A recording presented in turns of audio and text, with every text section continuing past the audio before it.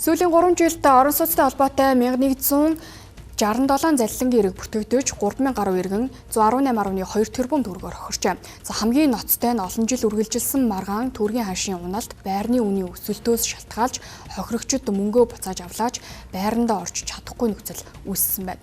За мөн иргэд байрны үнийн өсөлтөд төрийн бодлого зөвшөөрөл нийлүүлэлтийн саатал нөлөөсөн гэх асуудлыг хөндлөө.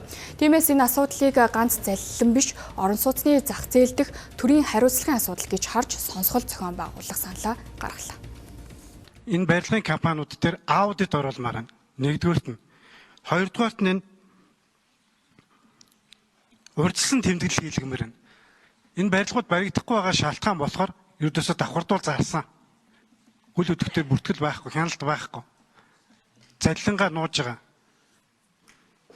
Тэгээд аудит оруулсны дараа хэрвээ энэ сонсгол зохион байгуулад өгвөл компаниудыг хоёр ангилаад үнэхээр бас санхүүгийн эрсдэлд орсон компаниуд ажиллаа явуулж байгаа компани байж бас болцсошгүй.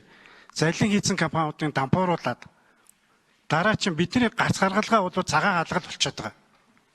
Хууль эрх зүйн орчин уугаас хуулийн цаврагаас л бид ингэж хохирчод байгаа байхгүй. Тэрнээс биш бид нар зүгээр нэг гудамжинд явж байгаа иргэнд байр захиалаад мөнгө өгчөөд алдчихад байгаа биш. Бид өнөөдөр 3 хоногийн дараа биш 3-7 хоногийн дараа биш тийм ээ. Өнөөдөр 3-аас 12 жилийн дараа бид нар ярьж байна. Жишээ нь би гэхэд 7 жил захиалга хийгээд 7 жил хүлээгээд өнөөдөр ингэж би хохироод явж байгаа юм байна. Алаг хайрхан бугт компани хохирогч гам болдог юм байна.